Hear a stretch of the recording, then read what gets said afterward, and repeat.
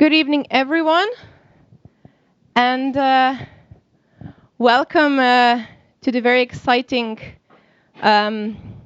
middle of our Pride Parade Festival 2018. Tonight's event is going to be composed of several parts, several elements, and because it's also kind of a first event where we will have a panel discussion, where we will have a bit more time to really dig deeper into the topic of intersectionality in a more public, in a more wider context. We will first invite you actually to watch with us TEDx talk, a video of about 20-25 minutes. It's actually TEDx talk given in 2016 by Kimberlé Crenshaw. Because she is the person that kind of developed and named this phenomena that we are trying to address during this year's Pride Festival, which is intersectionality, which is intersectional discrimination. So tonight, the first part of the event with this video and with the first part of the introduction will be actually to go a bit deeper into what does this concept mean, what kind of prism of understanding of structural discrimination it kind of opens up or allows us to have, especially maybe in countries like Slovenia, where this is not necessarily a term or a way to look at what's happening in society that would be common to us, yeah? At least this is our thesis, that not everybody here actually is working on a daily basis in a way that we could say, yeah, we're doing intersectional work. Yeah, we are inclusive and we are working for intersectional justice. Unfortunately, our analysis when preparing this festival was that rather too often it happens the opposite. And that's why also this festival. So now I invite you to watch this together with us, and then we will continue.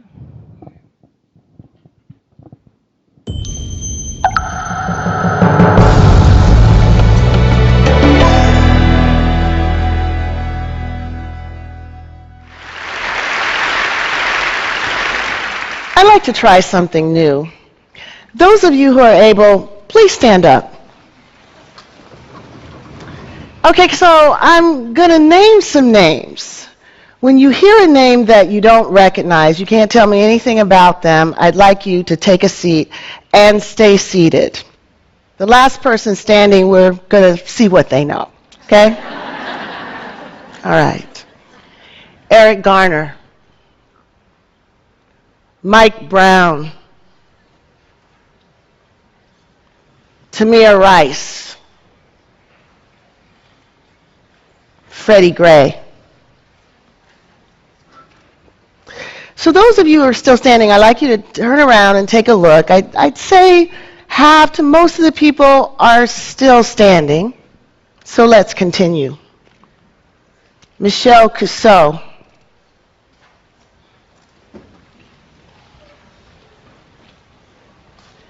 Tanisha Anderson. Ara Russer. Megan Hockaday. So if we look around again, there are about 4 people still standing. And actually, I'm not going to put you on the spot. I just say that to encourage transparency, so you can be seated. So those of you who recognize the first group of names know that these were African Americans who've been killed by the police over the last 2.5 years.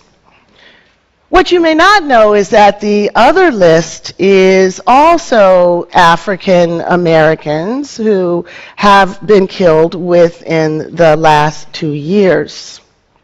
Only one thing distinguishes the names that you know from the names that you don't know: gender.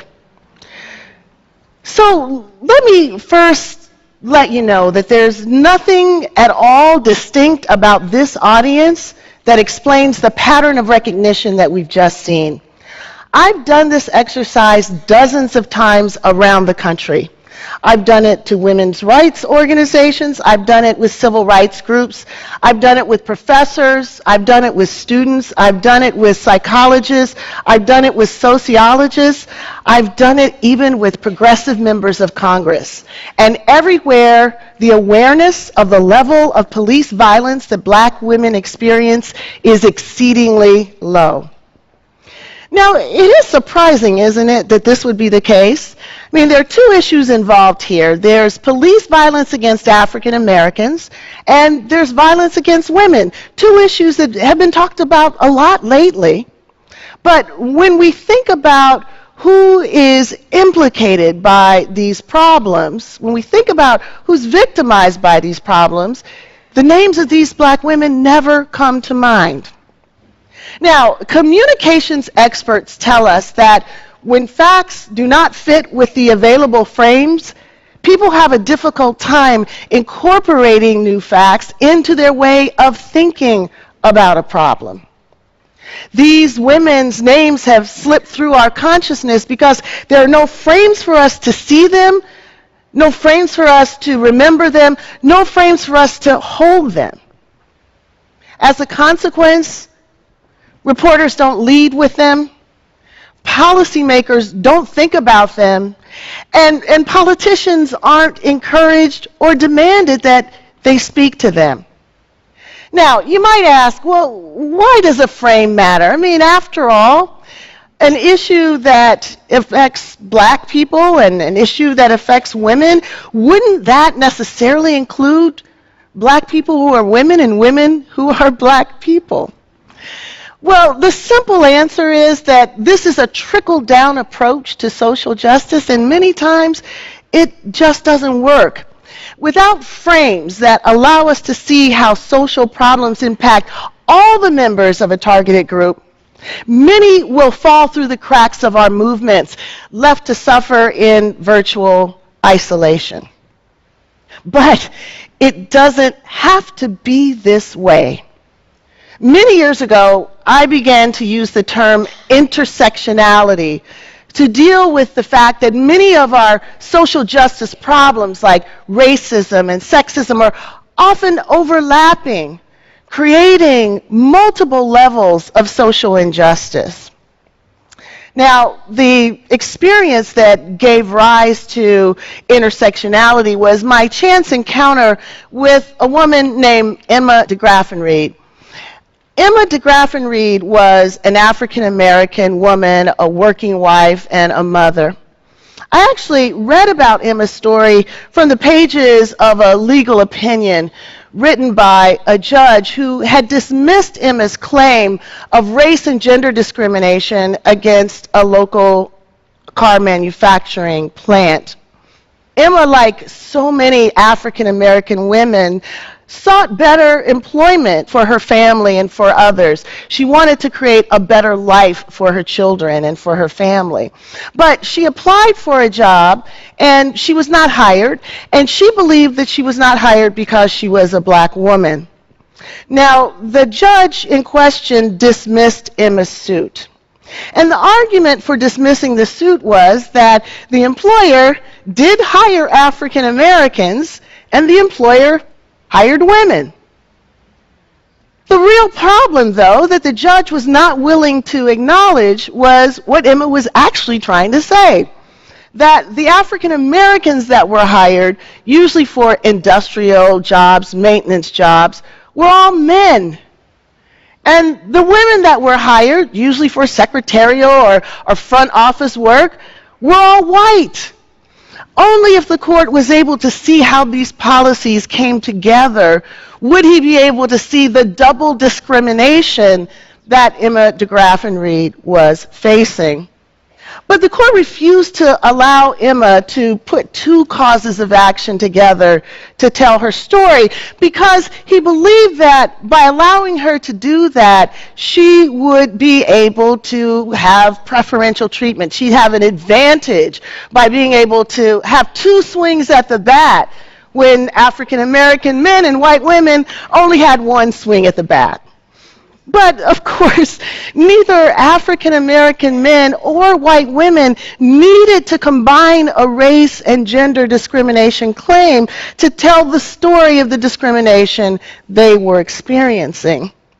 Why wasn't the real unfairness law's refusal to protect African American women simply because their experiences weren't exactly the same as white women and African American men?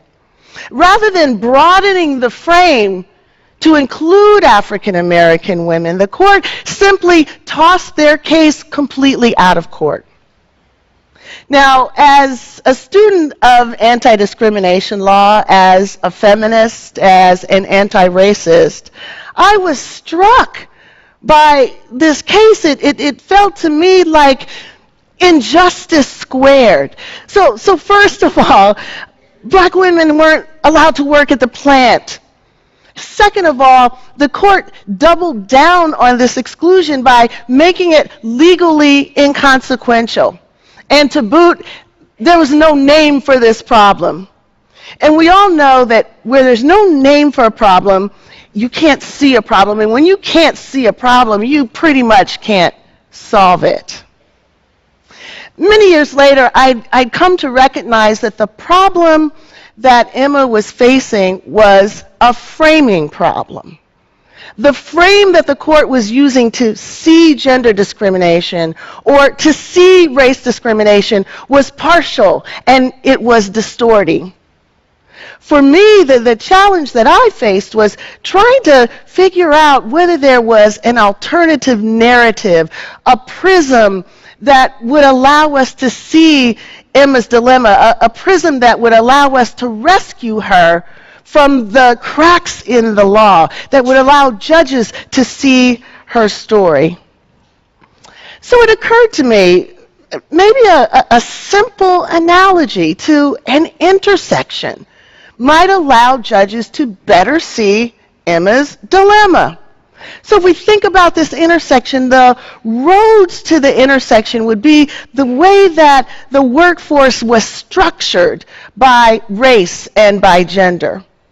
And then the traffic in those roads would be the hiring policies and the other practices that ran through those roads. Now, because Emma was both black and female, she was positioned precisely where those roads overlapped, experiencing the simultaneous impact of the company's gender and race traffic. The law was like that ambulance that shows up and is ready to treat Emma only if it can be shown that she was harmed on the race road or on the gender road, but not where those roads intersected. So what do you call being impacted by multiple forces and then abandoned to fend for yourself? Intersectionality seemed to do it for me.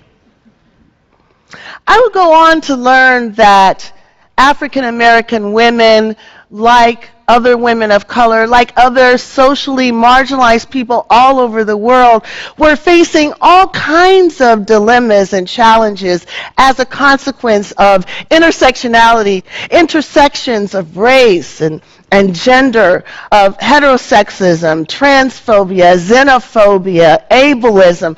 All of these social dynamics come together and create challenges that are sometimes quite unique. But in the same way that intersectionality raised our awareness to the way that black women live their lives, it also exposes the tragic circumstances under which African American women die. Police violence against black women is very real. The level of violence that black women face is such that it's not surprising that some of them did not survive their encounters with police. Black girls as young as 7, great-grandmothers as old as 95 have been killed by the police. They've been killed in their living rooms, in their bedrooms, They've been killed in their cars. They've been killed on the street. They've been killed in front of their parents, and they've been killed in front of their children. They have been shot to death. They have been stomped to death. They have been suffocated to death. They have been manhandled to death. They have been tasered to death. They've been killed when they've called for help. They've been killed when they were alone, and they've been killed when they were with others. They have been killed shopping while black, driving while black, having a mental disability while black, having a domestic disturbance while black. They've even been killed being homeless while black. They've been killed talking on the cell phone, laughing with friends, sitting in a car reported as stolen, and making a U-turn in front of the White House with an infant strapped in the back seat of the car. Why don't we know these stories? Why is it that their lost lives don't generate the same amount of media attention and communal outcry as the lost lives of their fallen brothers? It's time for a change. So what can we do? In 2014, the African American Policy Forum began to demand that we say her name at rallies, at protests, at conferences, at meetings, anywhere and everywhere that state violence against black bodies is being discussed. But saying her name is not enough. We have to be willing to do more. We have to be willing to bear witness to the often painful realities that we would just rather not confront. The everyday violence and humiliation that many black women have had to face. Black women across color, age, gender expression, sexuality, and ability. So we have the opportunity right now, bearing in mind that some of the images that I'm about to share with you may be triggering for some, to collectively bear witness to some of this violence. We're going to hear the voice of the phenomenal Abby Dobson. And as we sit with these women, some who've experienced violence and some who have not survived them, we have an opportunity to reverse what happened at the beginning of this talk, when we could not stand for these women because we did not know their names. So at the end of this clip, there's going to be a roll call. Several black women's names will come up. I'd like those of you who are able to join us in saying these names as loud as you can, randomly, disorderly. Let's create a cacophony of sound to represent our intention to hold these women up, to sit with them, to bear witness to them, to bring them into the light.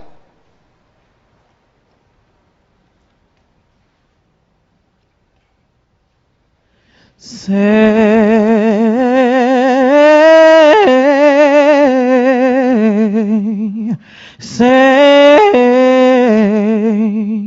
her name.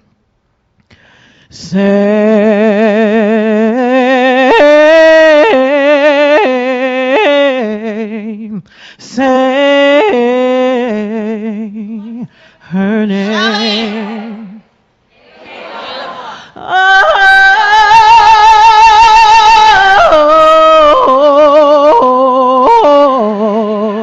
say her name.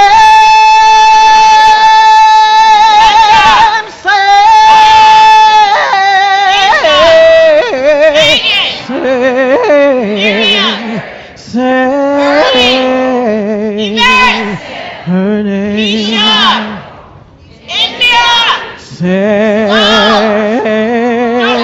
their name.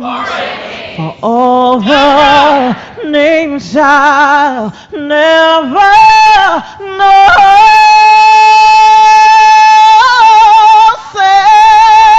I asked for Sharon Jones, Janisa Fondale, Catherine Johnson, Kayla Moore, Michelle Cassell, Rakia Boyd, Shelley Frey, Tarika Yvette Smith. Say their name. So I said at the beginning, if we can't see a problem, we can't fix a problem. Together, we've come together to bear witness to these women's lost lives. But the time now is to move from mourning and grief to action and transformation. This is something that we can do. It's up to us. Thank you for joining us. Thank you.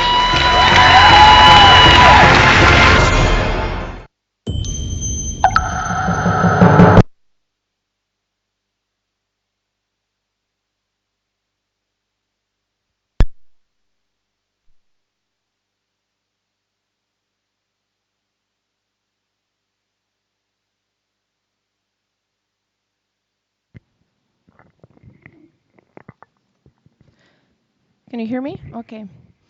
So thank you for watching this with us. I know it's very difficult. But our lives are sometimes very difficult.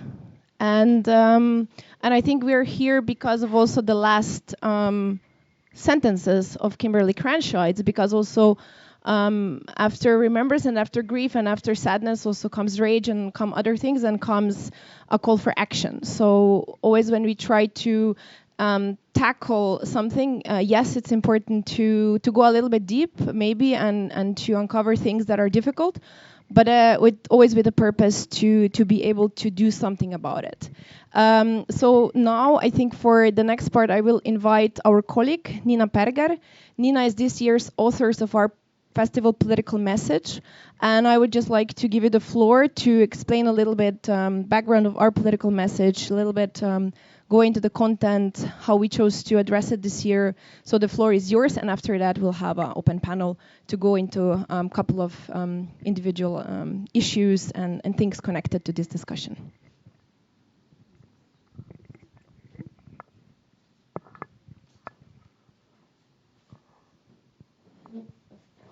So as Simona said, I'm gonna present the concept of intersectionality, which is one of the main elements of this year's political message, together with solidarity. So intersectionality is a concept Crenshaw introduced in 1989 in the essay titled Demarginalizing the Intersection of Race and Sex, a Black feminist critique of anti-discrimination doctrine, feminist theory, and anti-racist politics, with the aim of addressing the marginalization of Black women within not only anti-discrimination law, but also in feminist and anti-racist theory and politics. In the next essay from Crenshaw, published in 1991, Mapping the Margins, Intersectionality, Identity Politics, and Violence Against Women of Color, she elaborates the concept further. Intersectionality at the level of the content has a long history before being conceptualized by Crenshaw in the late 80s as the attempts to address and understand the simultaneity of a woman question and race problem were already made at least in the 19th century in the United States with help of notions such as double jeopardy, multiple jeopardy, and interlocking oppressions.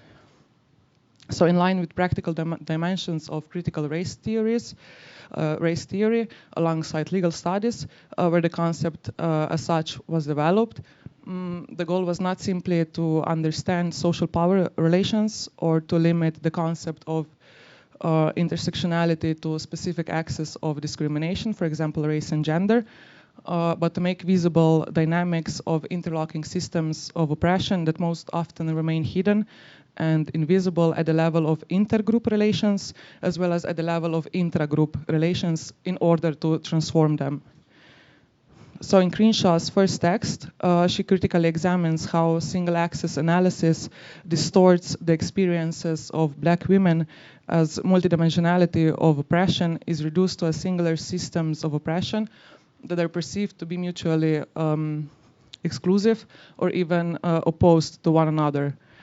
And through the analysis of various court decisions made on the background of judicial attempts to tackle discrimination in its complexity, namely through the interlocking systems of race and gender, she highlights how discrimination is perceived, addressed, and through various official documents and decisions also produced as something one experiences either on the axis of gender or on the axis of race, while the combination of the two is seemingly impossible. The clearest example of such institutionalized reduction is the case against General Motors, which Crenshaw analyzes, when 5 Black women plaintiffs sued General Motors in 1964 on the basis of discrimination against Black women. The court decided in favor of General Motors, mostly because the court did not allow for the intersection of race and gender to be recognized as a possible ground for discrimination, stating that, quote, plaintiffs should not be allowed to combine statutory remedies to create a new super remedy, which would give them relief beyond what the drafters of the relevant statutes intended. Thus, this lawsuit must be examined to see if it states a cause of action for race discrimination, sex discrimination, or alternatively either, but not a combination of both, end of quote. As General Motors did hire women in front offices, albeit only white women, no gender discrimination was seen to be perpetuated. And because General Motors did hire Black men in production lines, although no Black women, no race discrimination was seen to be perpetuated. And through the analysis of such court decisions, Crenshaw concludes that such one-dimensionality serves the privileged group within certain social group, for example, white women on the axis of gender or Black men on the axis of race. And such conception of discrimination and interests framed in a singular way that does not allow and acknowledge the complexity of lived experiences and interlocking systems of oppression demands that Black women's particular interests are relegated to the margin of an already marginalized group. Based on this, she draws an analogy to traffic, showing the functioning of interlocking systems of oppression. So as traffic in intersection is coming and going in all 4 directions, so does discrimination. Black women then experience discrimination in ways that are both similar and different from those experienced by white women and Black men, but also experience discrimination as Black women, quote, not the sum of race and sex discrimination, but as Black women, end of quote. So in the next article, published in 1991, she elaborates intersectionality in a non-metaphorical way as a provisional concept, aiming to recognize the political utility of the concept by acknowledging that intersectionality often positions individuals within at least 2 subordinated groups that frequently pursue conflicting political agenda that requires from individuals to mobilize and politicize in a fragmentary way, addressing particular and partial interests at the expense of others. So in terms of political mobilization, conception of discrimination and interests in a singular way mostly serve those that are deemed to be prototypical representatives, which makes addressing of, for example, patriarchy and racism, as well as other systems of oppression, necessarily narrowed, while at the same time it undermines the possibilities for meaningful solidarity across various axes by placing movements and interests at odds with each other. Crenshaw elaborates intersectionality as functioning on three levels.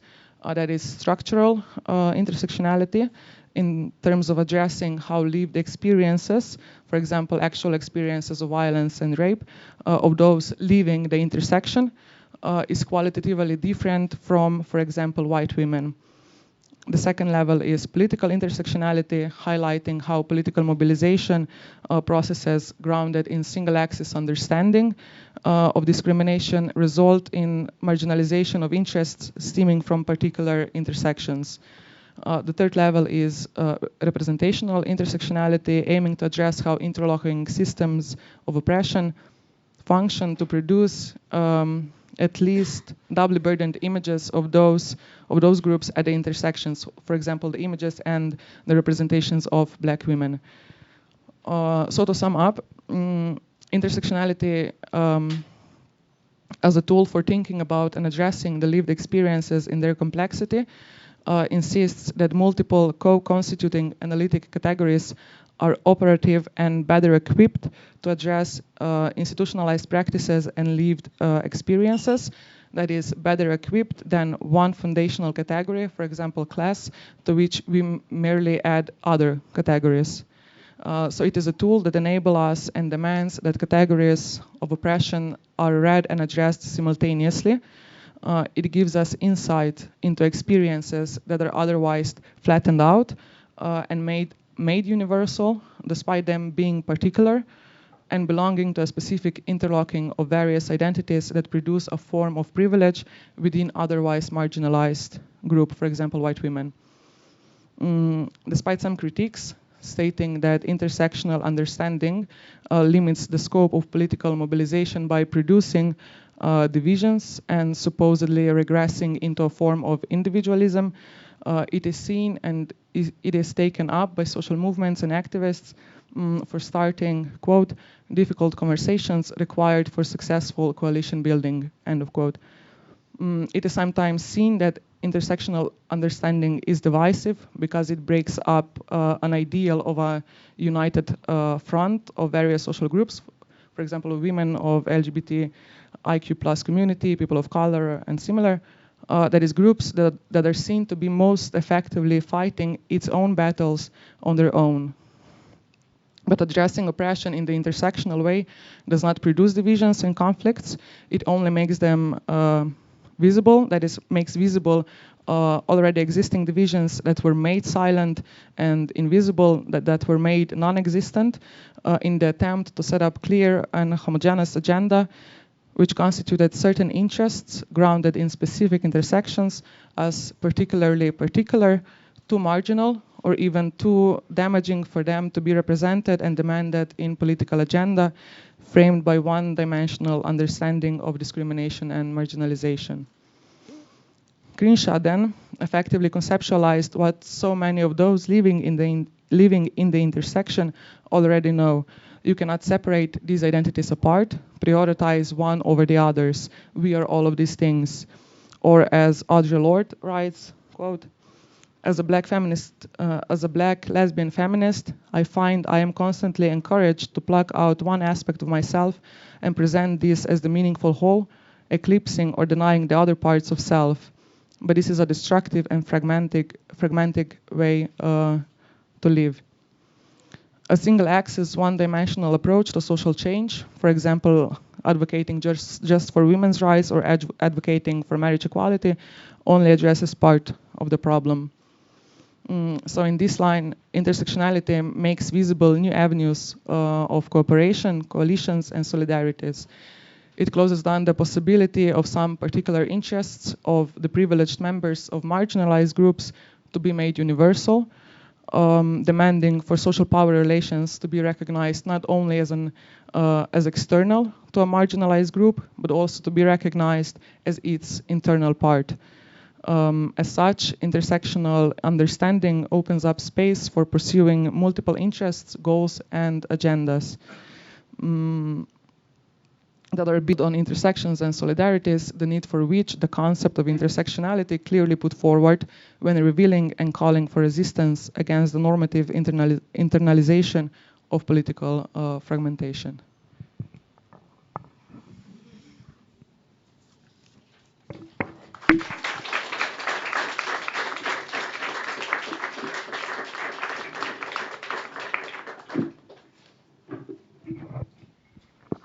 Thank you, Nina, and thank you, Simona.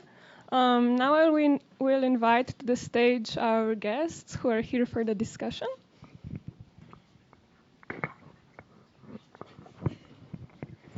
And by this, a few chairs will clear up here, so if anyone wants to sit, it's an option.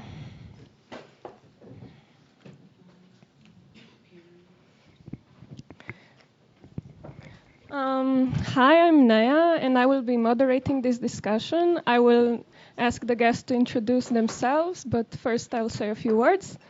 If I forget to speak directly into the microphone and you can't hear me, just let me know. Okay, so we had a great theoretical discussion now, and in this second part, we will take a step towards the more concrete, and we will talk about lived experiences of people on the intersections of LGBT identities and other marginalized identities. Specifically, we will talk about people whose primary identity would be the LGBT identity, but who also have different identities that might affect how they are accepted in the LGBT community or in their other communities. So I'll ask the guests to tell us what they will be talking about and a little bit about themselves.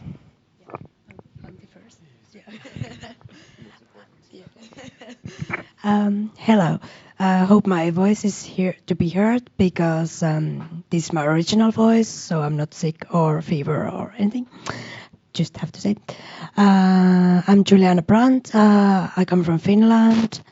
I'm a young activist, like identification, young activist. I'm here for doing Ljubljana Pride as an ABS for 2 months, and yeah, like Nea said, we are all a part of the LGBTQI+. I am my sexual orientation is pansexual, but tonight I'm going to speak about my another identification, which is people with different abilities community. I'm having cerebral palsy, and it's about, well, it's a long discussion to really share a huge thing like that, but shortly saying it's about mobility empowerment, and it's a different stage on it, and I have the slightest one, like the light one version of it, but it affects in individual in different ways, so that's why I don't want to say so much in general of it, and yeah, I'm excited to be here, and thanks that you all came. So my name is Robbie Stakeham, and I work for an organization called Fianza. It's a really long acronym in French, but it's basically the European umbrella group of homeless organizations across Europe. So I think the Kings of the Street would be our Slovenian member, and their counterparts from across Europe. And I am here to bring the LGBTIQ dimension when we talk about homelessness. It's not something that I think the LGBTIQ plus community talks about often, and certainly it's not something the homeless community and the sector talks about enough of. So I'm absolutely thrilled that you have it on your agenda for your Pride Festival. Hi, I'm Lynn. I'm from Slovenia. I'm from the only trans-Pacific organization in the country, Transakcija. And what I will be talking about is an LGBT plus perspective, but mostly trans and gender non-conforming perspective in relation to mental health, mental illness, and similar topics. We have many microphones. But okay. So something I would like to start with is the fact that these identities that we are talking about here, like mental health and homelessness, are connected to LGBT identities more than just in a coincidental manner. So, like, it is a fact that among the homeless population there is a higher percentage of LGBT people than in general population, and same goes for mental health. So I would like to ask our guests to talk a bit about this, like what are the statistics, what are the reasons behind these statistics? Yeah.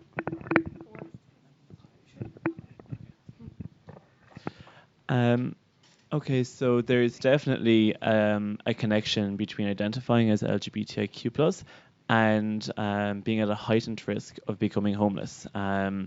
So in general, and I should say this to begin, that the statistics out there are very low. We don't have enough information and data across Europe on this particular issue, but from what we can see in the US, Canada, and the UK, which are where we have our main data from, 20 to 40% of homeless young people identify as LGBTIQ+.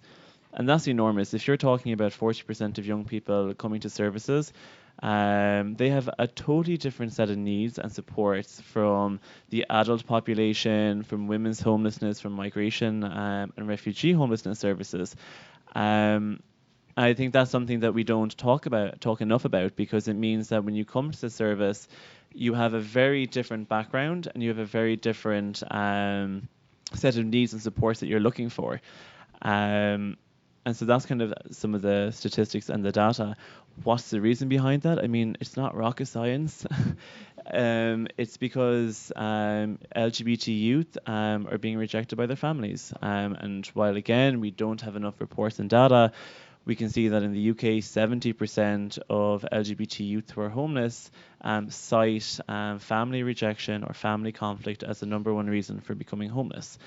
And it's quite easy to see if you put yourself into that position. I mean, even if you remove the LGBT identity for a second, if you get rejected by your family and if you lose that pillar of support that you have in your life that is very important for most people, but it has a series of knock-on effects, not only to your housing, your moral support, the people who kind of champion you are removed. They may be the people who financially support you through education. You may have to drop out of education to support yourself. If you drop out of education, then you probably have a lower skill set. You might not have formal qualifications. And that might mean then that you subsequently have to take precarious employment, 0-hour contracts. You may be exploited in the labour market and have to work for below minimum wage. And these are all factors that prevent you from being able to access housing independently, because the cost of housing is rising significantly across Europe.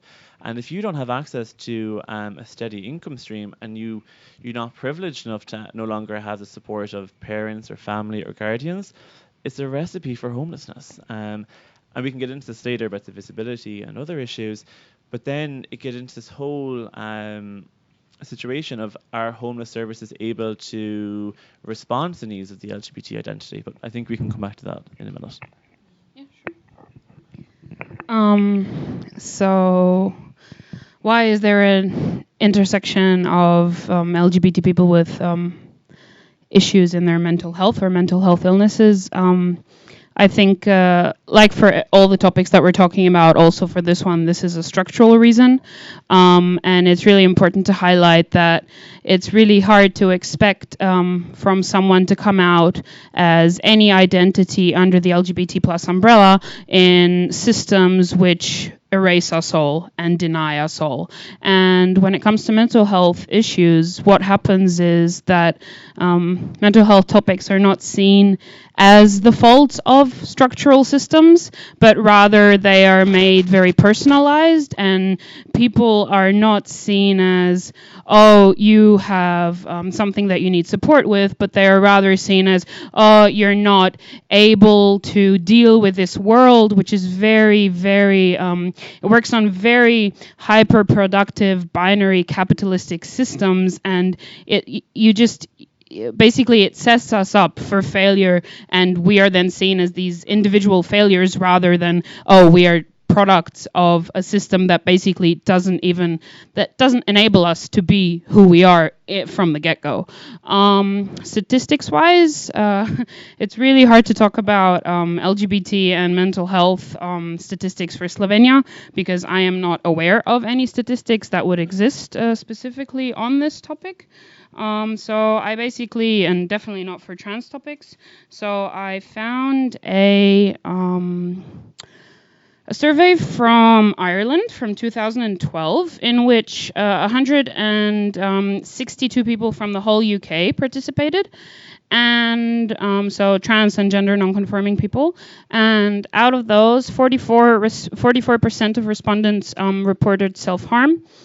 78 reported that they have thought about ending their life, and 63% thought about attempting suicide, and 40% of those actually attempted suicide, 12% of them once, 22 2 to 5 times, and 6% more than 5 times. And out of this, I think this is also a really, really important thing to highlight, 81% reported that their mental health started getting a lot better after they were enabled to transition, be it medically, socially, however they felt needed.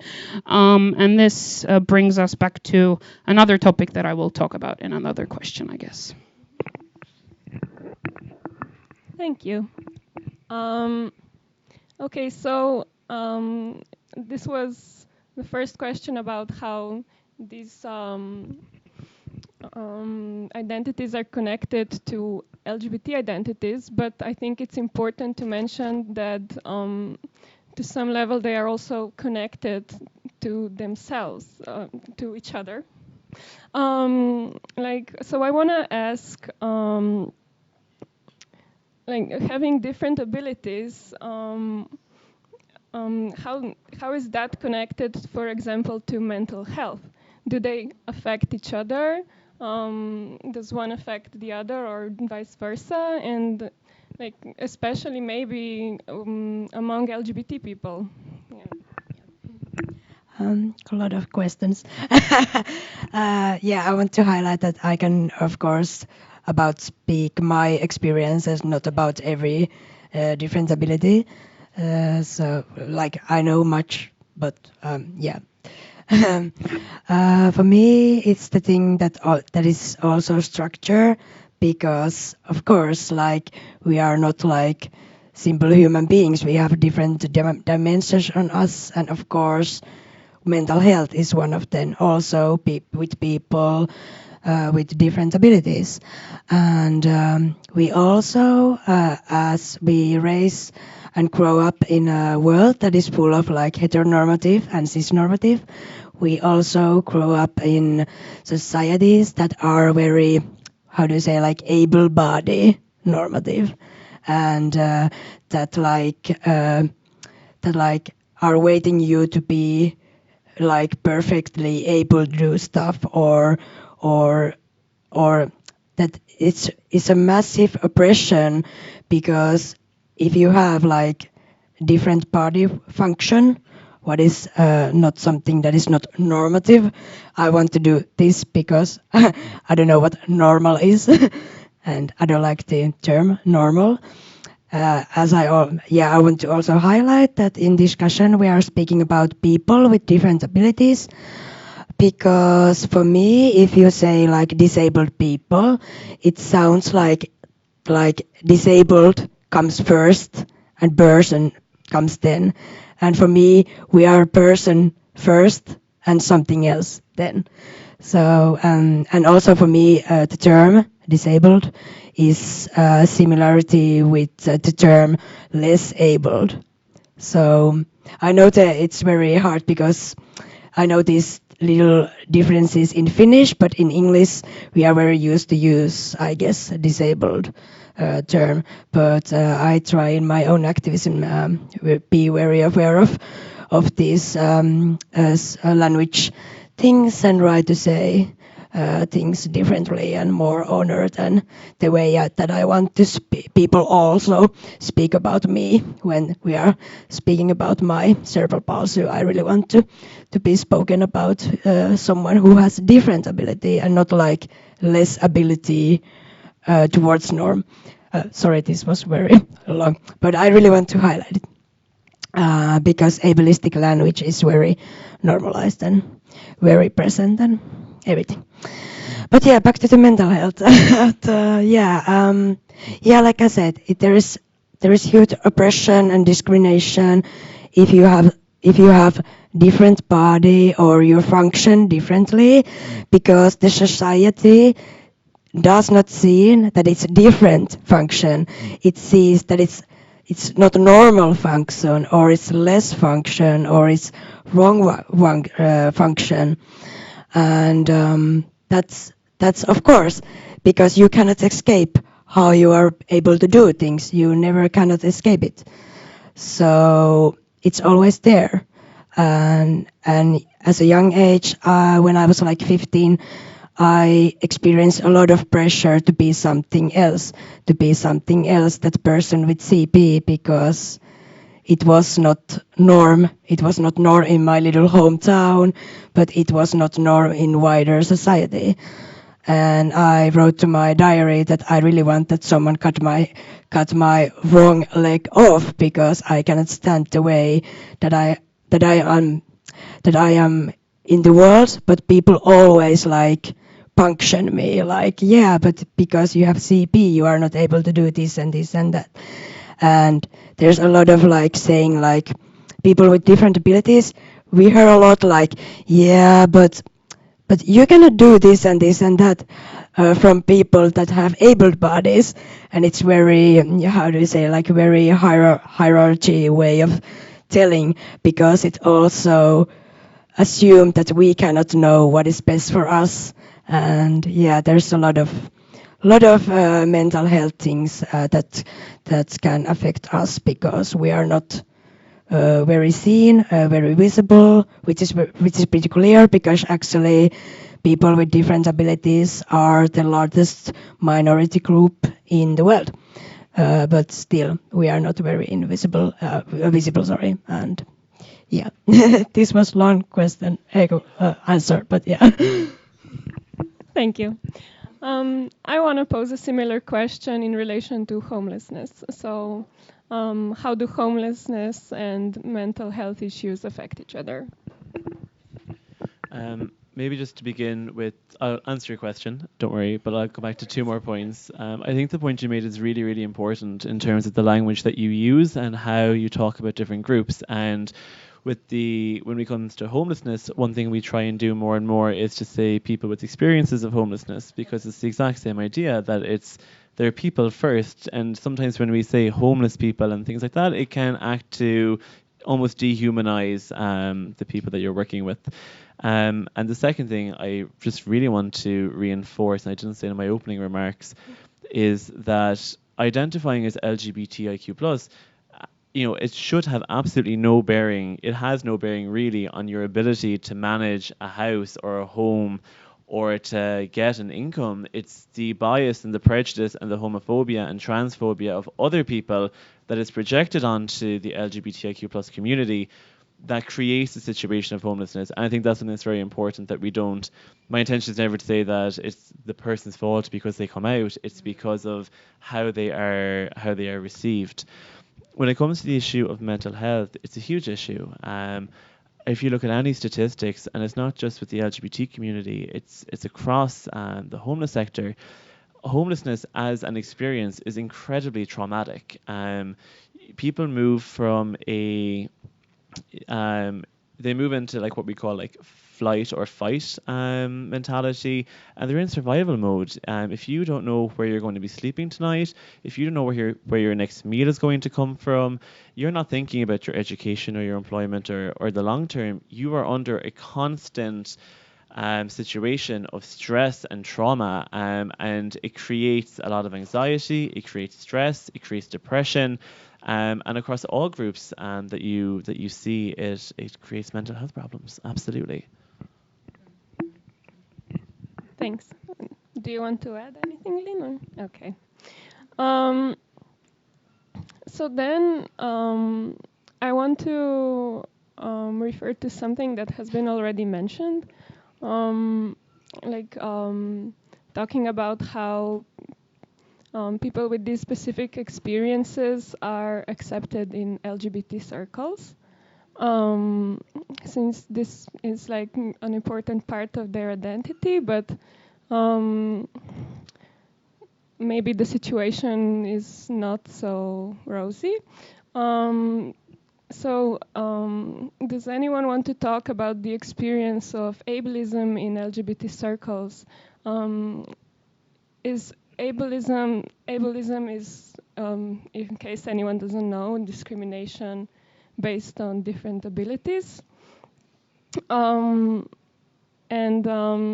people face particular obstacles in LGBT circles because of this? Is this topic even addressed in LGBT circles? How is it dealt with, or is it not at all?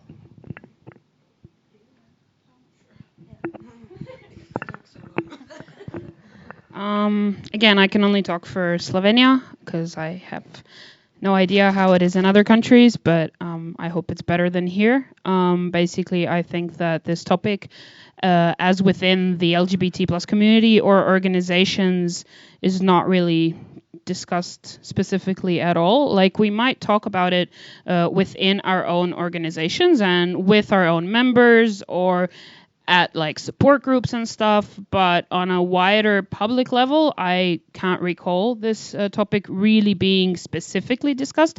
Maybe it comes up in a question or two at a panel. I've been present in the community for over 10 years, and I literally can't remember any event specifically about this topic.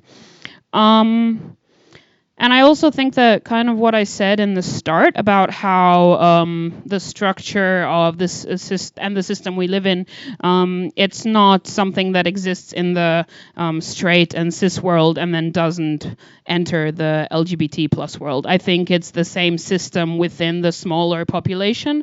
So I think there's equal amounts of ableism and ignorance towards all experiences that we're talking about also within the community.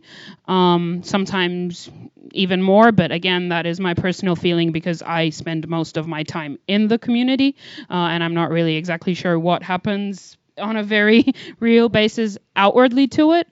But yeah, to go on a note about this, this is not something specifically related to ableism in the community, but I think it's still something that I've been thinking about for the past 24 hours.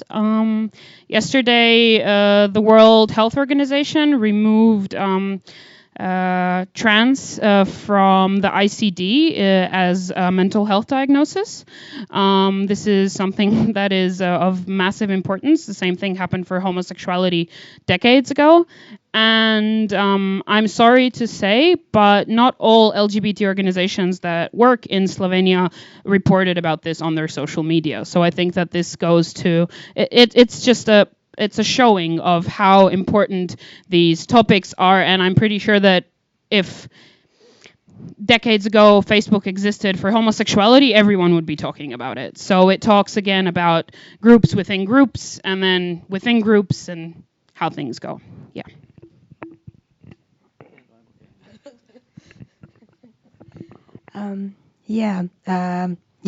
As myself, I can only speak about Finland's situation, which is not good also, unfortunately, because my experiences are that addressing ableism, it's not there yet at all. Like I know many people that don't even know what ableism means. And that tells something pretty huge, like, because usually it's more generally recognized about talking about sexism, racism, transphobia, homophobia, biphobia, etc., etc. But when you say like, yeah, ableism, and people are like, oh, you mean, what you mean? And then you have to like explain yourself. You have to explain that, yeah, it's the oppression and discrimination that actually I face a lot and you don't even know it. And because it's also very normalized. Like I mentioned, ableist language is very, very normalized, and also different kind of actions about ableism. But yeah, for me, I don't really know any of like LGBTQI plus community in Finland that addresses ableism in them. I'm not sure. I live in southern Finland, so there's a lot of like LGBTQI plus communities and activism. But then again, I'm not sure, and I have not heard about that. And usually, you also ask about the obstacles. For me, it's like the obstacles are like absence of people like me, people like me who have different abilities. Because if the people have, there are this stigma to speak about it. Because it's not, it's very normalized to be silenced about your different abilities, because it's not something that people are normally want to speak about, because I don't know, there's a shame and a stigma and everything. So I usually find myself in a places that I'm the only one who actually speak about these things and who actually face ableism. And in also in activism communities, I'm mostly the only one. And sometimes it makes me feel, excluded. Not like, in a way excluded, because it's hard to be inside of the community and, in the other hand, the only one. And but in the other hand, it gives me very important work to raise the subject about ableism, and to be like saying that, yeah, we are here, and there are many dimensions in us and everything like that. And about one very big obstacle that people are facing who are having different abilities is actually that people push their help to us, like it's a lack of independence, or people assume that we have lack of independence because we work, we are able differently to act. And I have faced that a lot as myself, even if I can walk independently. But if you look very carefully, you can see that I walk a little bit differently.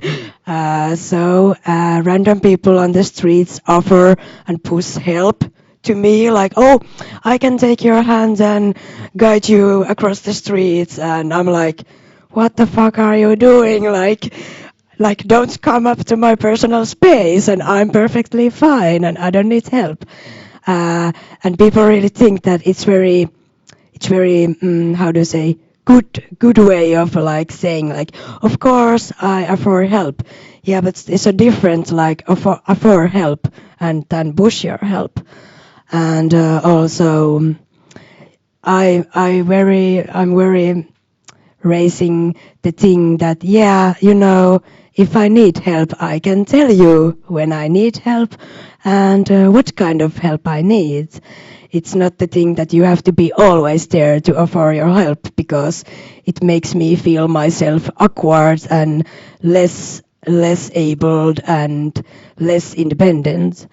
And one more one more obstacle that came to my mind, it's about pity. People feel pity about us, because when I share my story that, yeah, I was born with cerebral palsy, and in age 14 I was able to drive bike with two cycles. Yeah, I don't know. Until that, I have like helping cycles. So I went to my elementary school with helping cycles as a teenager in a small city. So it was something very exciting and very nervousing, but I managed. And all the doctors said when I was 18, doctors said that I cannot ever be cycling with normal bike because I was too old. And I have very hot temperature when it comes to things like this. So I actually showed them my middle finger, and I was like, okay, fuck you, I will show you. And then it worked out. But which I'm forever very proud of myself.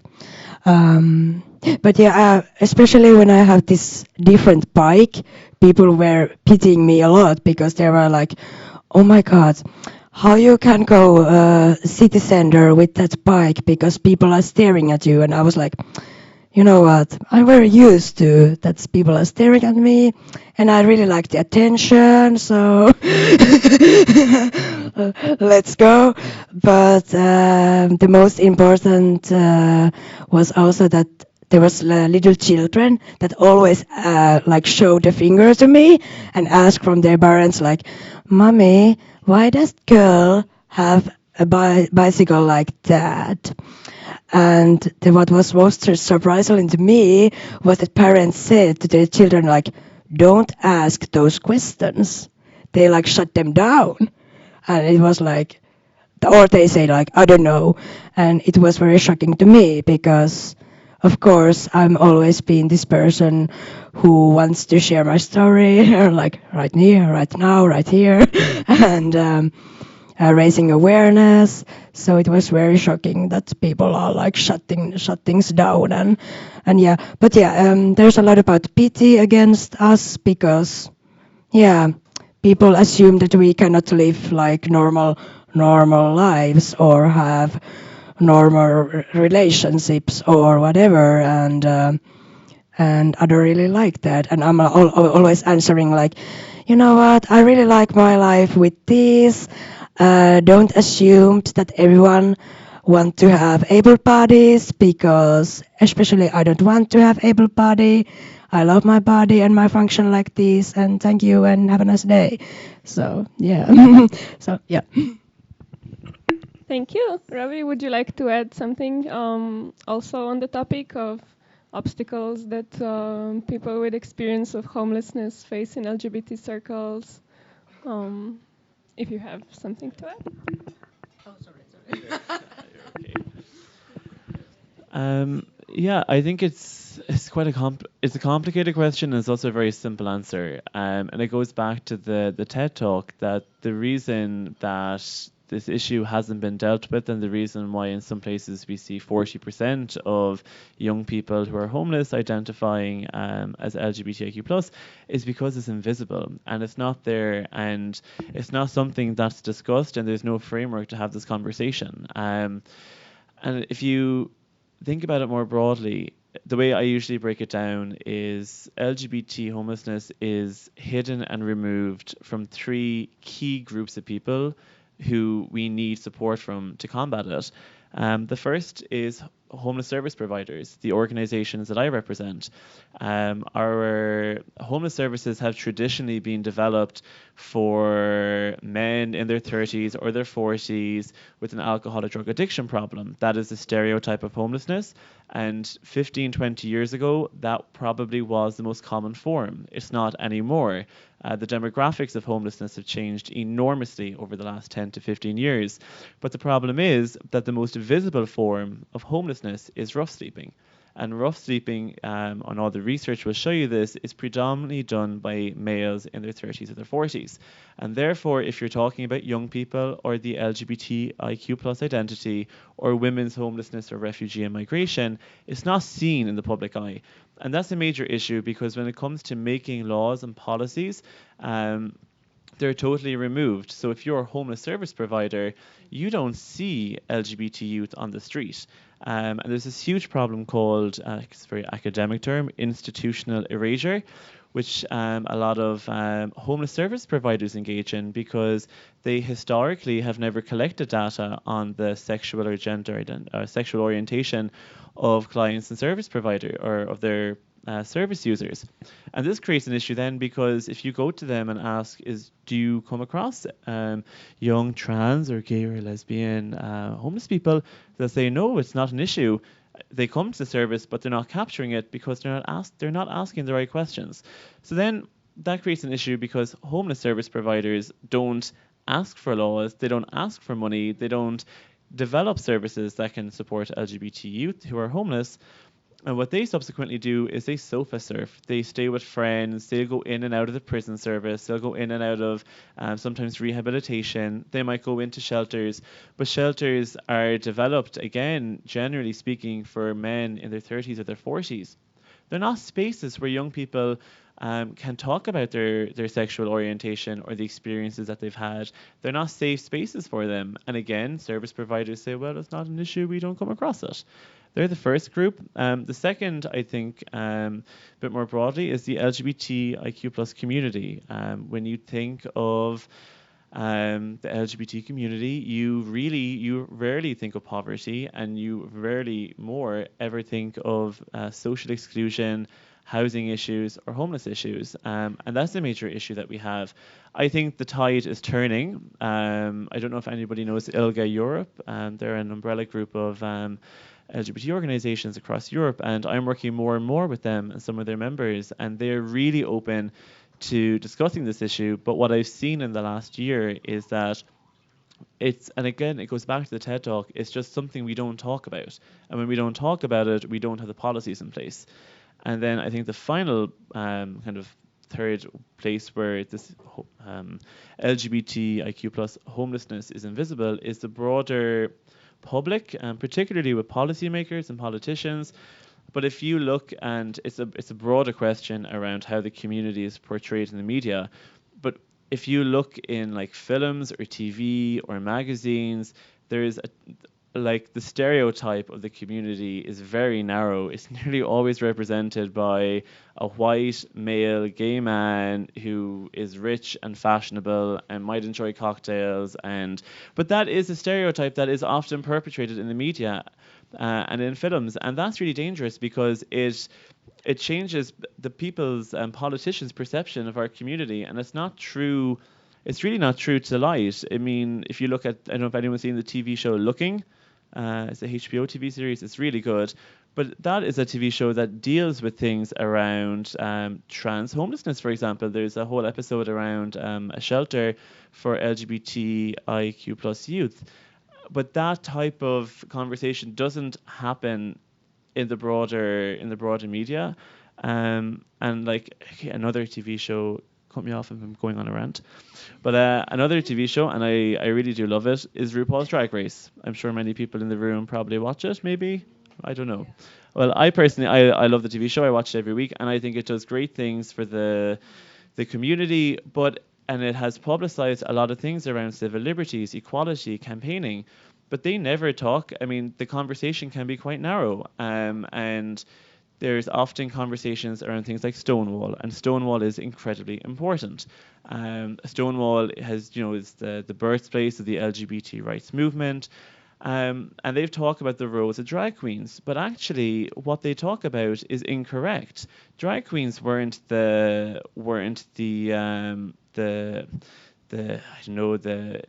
instigators of the rioting. It was a trans community, and in the subsequent years, it has been drag queens have adapted it.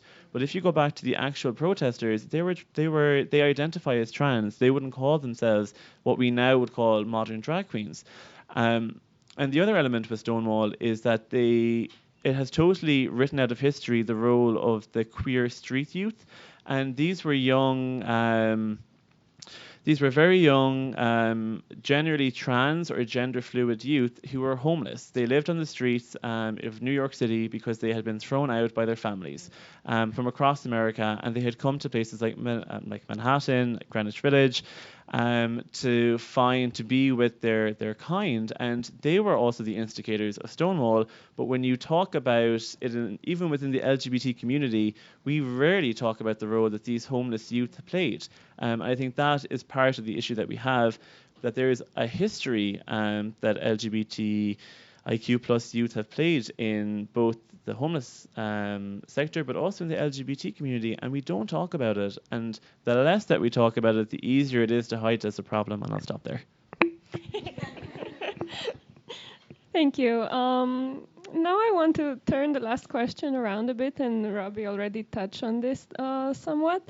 But I want to ask how people with LGBT identities find like if there are again some obstacles or what their needs are when it comes to like healthcare or like accessing different services and care, and any of you can answer that if you want to say something. And what would need to be changed? What are the needs that are not being met?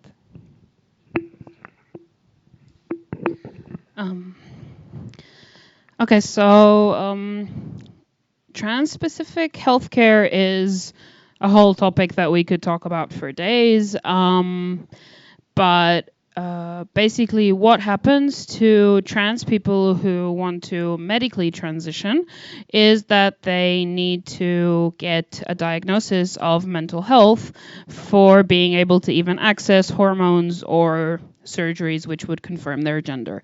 What I talked about before, what the World Health Organization renewed yesterday, is that when you enter this process, you will not get a diagnosis of mental health anymore.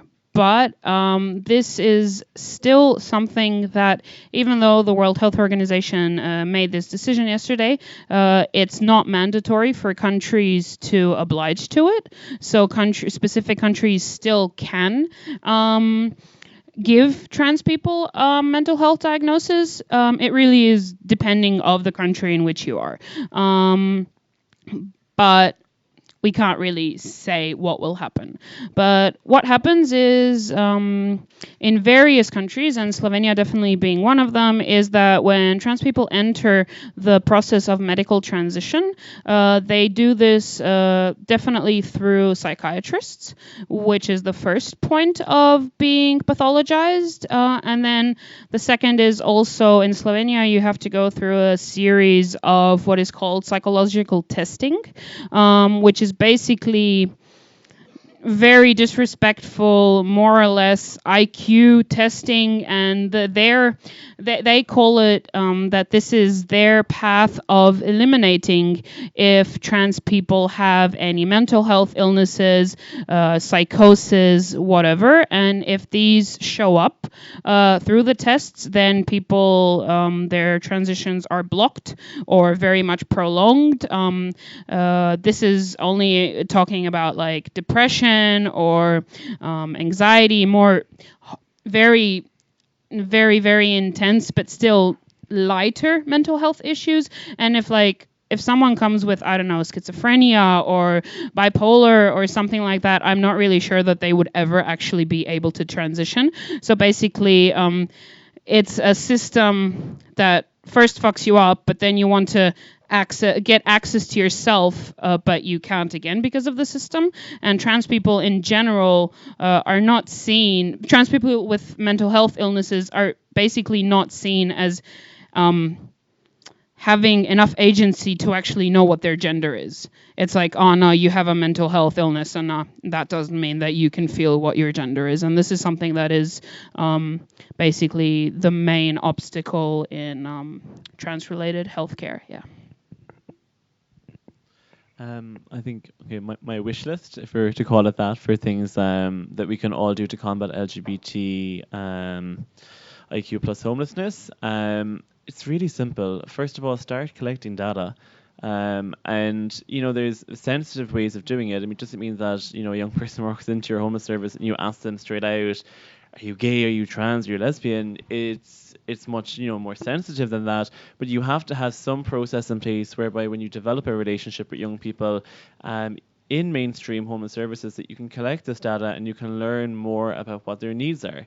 We held in Fianza for the first time in our 30-year history a workshop on LGBTIQ plus homelessness last week in Berlin that I organised, and it was really well received. And the one thing I got from it was all of our members were asking, what can we do? And there was no pushback. So I definitely believe there's an openness to do more. It's simple things. It's the power of having a pride flag at the back of a room, or even a poster up about equality, something that a young person can walk into a room and think, I belong, I can be safe here, this is a space where I can feel at home and I can feel at ease. But those are simple things we can do. We should also develop more tailor-made services for LGBTIQ plus youth. Things like the Albert Kennedy Trust, whose T-shirt I'm wearing tonight, is a wonderful service in the UK that operates emergency shelters and housing programs for young LGBTIQ plus who are at risk of homelessness. The same with Le Refuge, which operate, I think, something like 20 shelters across France. We need more services like that. And more generally, we need to bridge this divide that exists between homeless services and the LGBT community and support services. Because if you are a young person who's going to very well-meaning and fantastic LGBT support centres, they can provide you with so much assistance about your rights, equality. They don't necessarily have the expertise to talk to you about housing and homelessness and how do you get out of this and what are the supports that you need in the long term to sustain yourself out of homelessness. On the same side, our members, they provide wonderful services to people who are experiencing homelessness. They have excellent services to get people out and to keep solutions sustainable. But they have no idea what they're talking about when it comes to the LGBTIQ plus identity. And it came through that they feel really uncomfortable asking people questions about their sexual orientation. So I think we need to bridge the two. And one thing that my aim in 2019, with the support of the Council of Europe, is to run a 5-day study session course, which will bring homeless service providers and LGBTIQ plus service providers together for a week, where we get into the discussion as what is your role in a community, how do you work together, how do you share information, and how can you jointly come together to solve this problem. I think I would like to speak about also heteronormative assumption in healthcare, in healthcare in general, but also specific in healthcare of people with different abilities. Because heteronormative is very strongly present also community with people with different abilities. And I think it's a huge problem because it's not very seen and it's not very visible, and it's something if you came out as an LGBTQI plus person, it's something very exotic and something very big news, and sometimes for example for me it's very frustrated because I don't want to make big fuss about it and stuff like that. But according to healthcare, there's never actually asked about sexual orientation questions. It's never pop out. And as a mental health care system, there's not so much speaking about sexual orientation or what is your experience of your gender or something like that. And it's also something that really can affect if you get healthcare because of course this is the topic that you want to speak about, and it can confuse you, but then there's very strong heteronormative and it's not very seen and everything, and you don't know if it's safe place to actually pop that up in the reception of healthcare or anything. And actually for me, I have experience when I was 15 and I was seeing mental health specialized nurse. and I was telling to her that I'm a pansexual. Oh, no, not that time. I was not that time identifying as a lesbian, but sorry, it's very fluid to me, the journey. But yeah, and then this person really asked me like, yeah, but you think you could be like bisexual and not like lesbian? It was very strongly assumption like, yeah, but you could be less like, like yeah, like you could be lesbian, and I was like, no, like what? But then again, haha.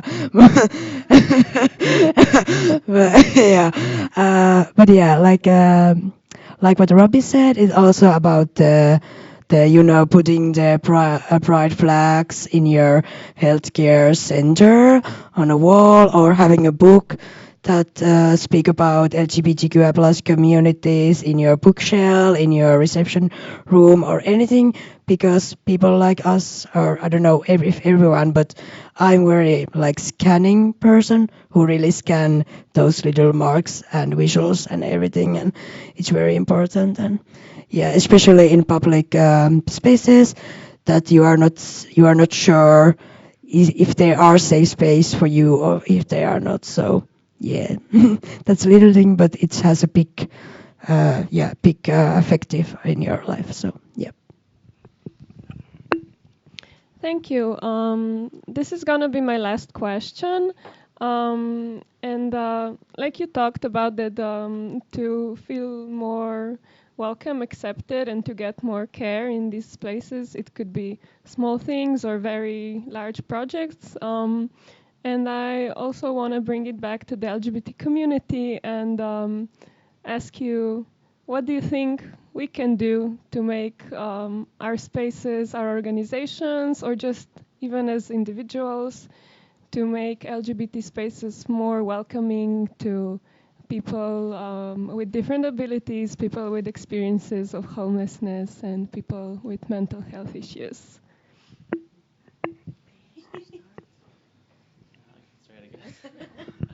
It's a big question. I think the one thing I would say to anyone who wants to support a homeless service from an LGBTIQ plus perspective, it would be to call into them, to call in and to just ask them, do you see LGBTIQ plus youth in your services? And don't accept no as an answer.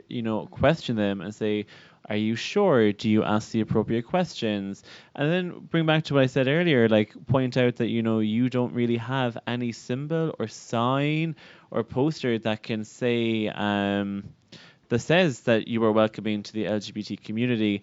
There's a wonderful resource online from the True Colors Foundation. The True Colors Foundation is a US-based organization that works on LGBTIQ plus homelessness, and they have these toolkits and these resources that you can use in mental health facilities and homeless services, in all sorts of services that help create these spaces and help people to understand better how we can do more. Because honestly, I've been working on this topic for the last year, and I haven't witnessed any pushback. I haven't seen anyone who's actually come to me and said, this isn't an issue, you're creating a problem, you are finding a fault with our service. Everyone who we've had this conversation with has said, you're probably right, because I think we're at a watershed moment now where people are becoming more and more aware.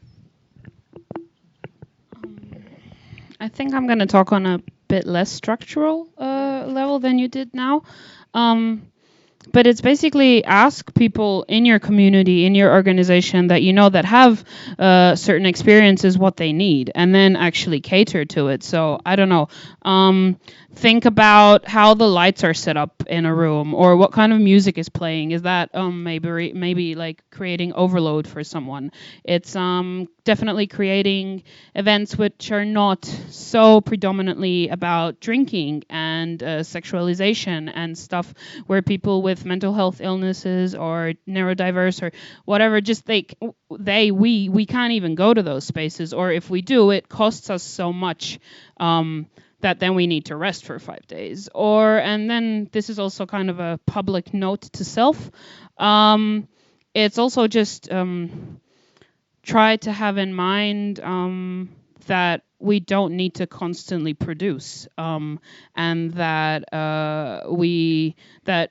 what we're doing, it's better than if we wouldn't be doing anything, and that we can't be perfect all the time, and that we can't always be available, and to be easy on each other in those regards, because that can also really support, even if coming from one person or two people, it can mean a lot, and especially if you don't have it, it can really, really change lives. So, yeah.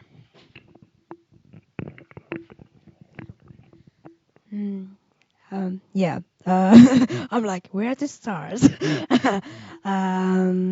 First of all, what we can do, like I've been talk about here a lot, assumptions. So please don't make assumptions against abilities. And if you make, check them from the person. And for me, it's always this like, how am I gonna say? I'm always here to really answer the questions, because I want to spread my knowledge about, for especially cerebral palsy. But also I'm not here to be people's, I don't know, book of knowledge, because I'm not here to inspire people or here to give you all the answers. I'm here to inspire you of my knowledge and my experiences, but then I will say like, go on Google and check because there's a lot of going on and everything.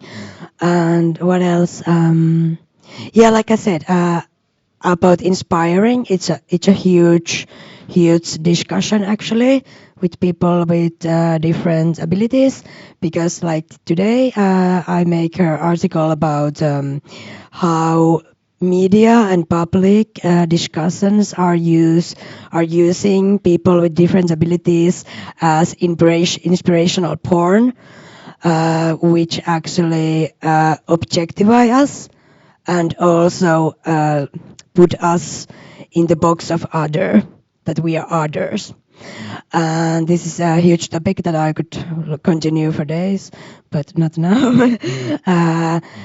Because it says like there is this many of pictures on internet which says like, which is your excuse?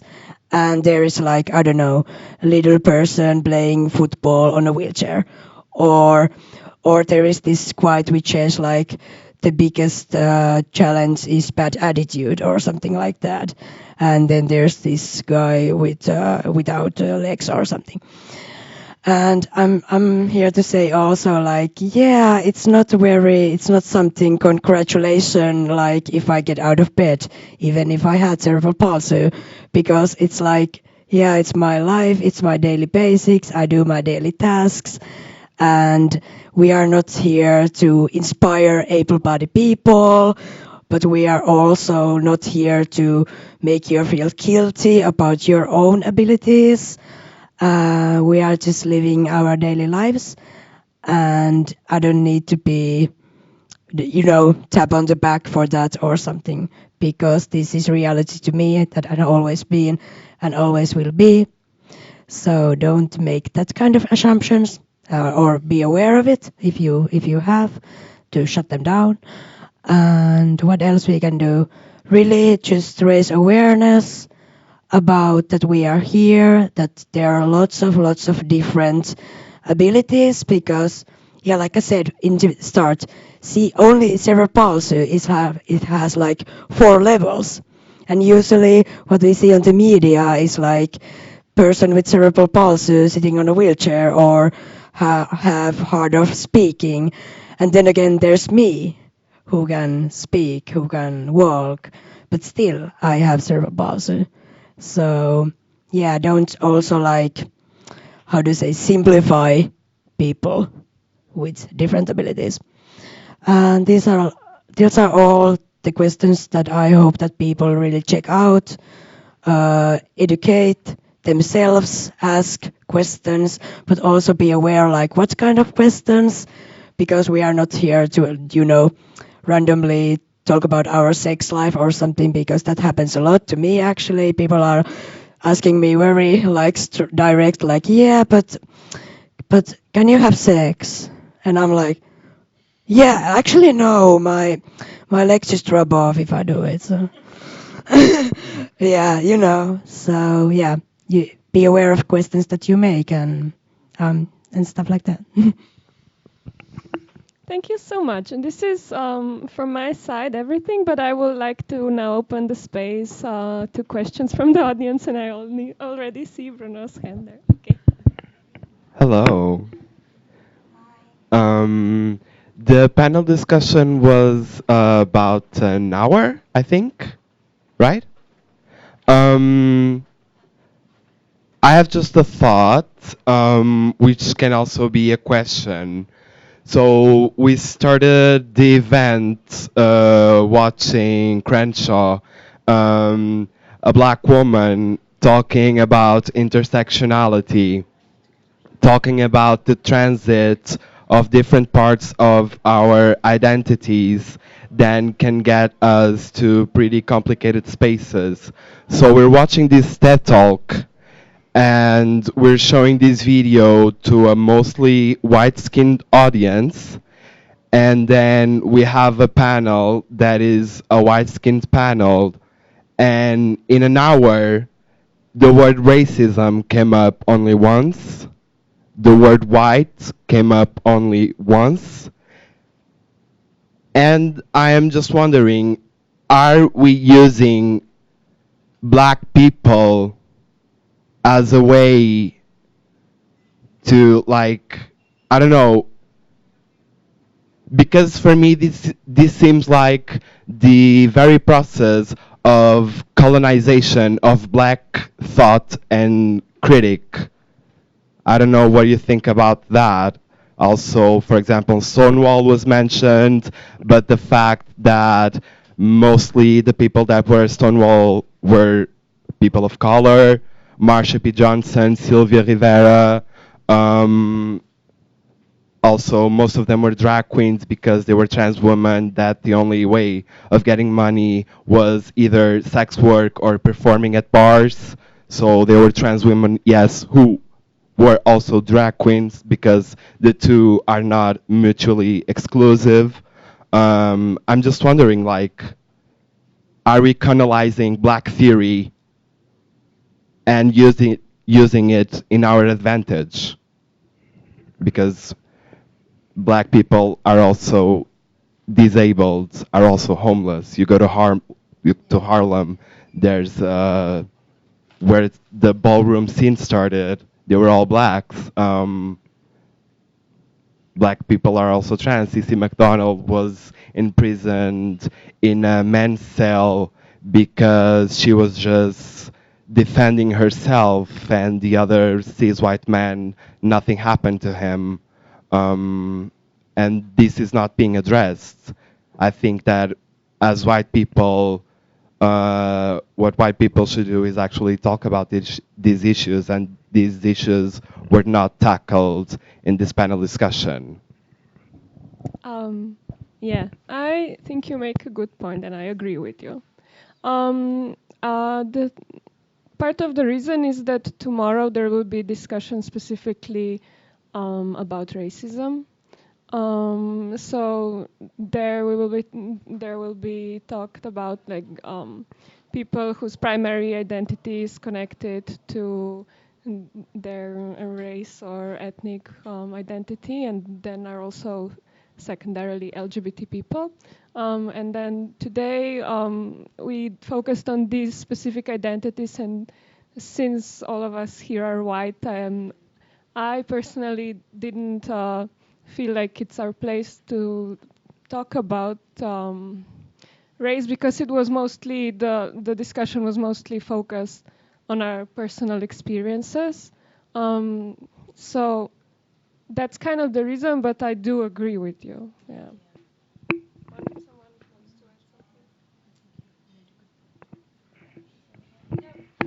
No, I absolutely take your point. I think you're absolutely right. And I probably should have mentioned at some point during the last hour.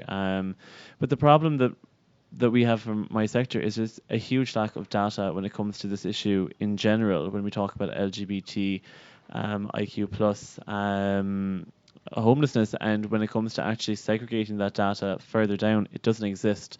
And one thing I would never want to do is to have a discussion about something where I couldn't support what I'm saying with facts and statistics. But what I will say is I know that the Albert Kennedy Trust, they have a survey, and I can't remember off the top of my head what the numbers were, but they did point to the fact that a disproportionate amount of the young people that they help come from I think Black, Asian, and another ethnic group, I can't remember, minority groups. I think it really does speak to the point that you raised, and thank you for bringing it to our attention. Yeah, thanks to, I was also, of course, recognizing this, like, yeah, we have like all white panel, but yeah, can't help it for my side. Yeah, and I also hate like white guilt, so I'm not gonna be like that. But yeah, I really agree with you with all you're saying, and for me, like, yeah, I would like to discuss about racism, but then again, what Nea said is not like my own experience, and I don't want to take someone else's voice and space. So yeah, it's the thing for me actually in this area, and also today, like, yeah. Any more questions?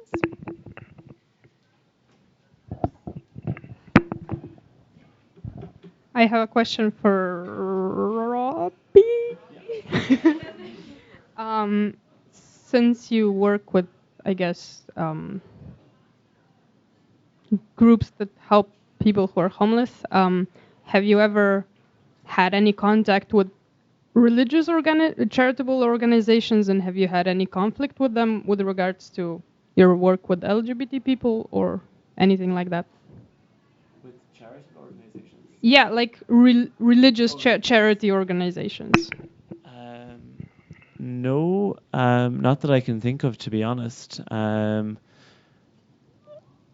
I mean, when I think of the organizations like who run specific LGBT services for homeless youth, they're not religious. I'm just trying to think off the top of my head, and the ones that we are working with most probably aren't religious. But that said, I've spoken to people with Caritas, which is quite a Catholic orientated service, and with the Diaconie, which are some of the Protestant churches, and they've never been opposed to the issue, but it's just motivating them to work towards it. And I mean that quite genuinely, that I've been on this now for the last year and I've never got that pushback.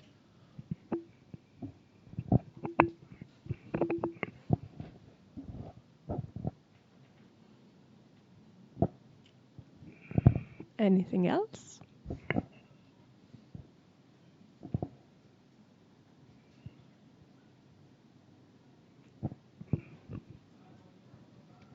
Okay.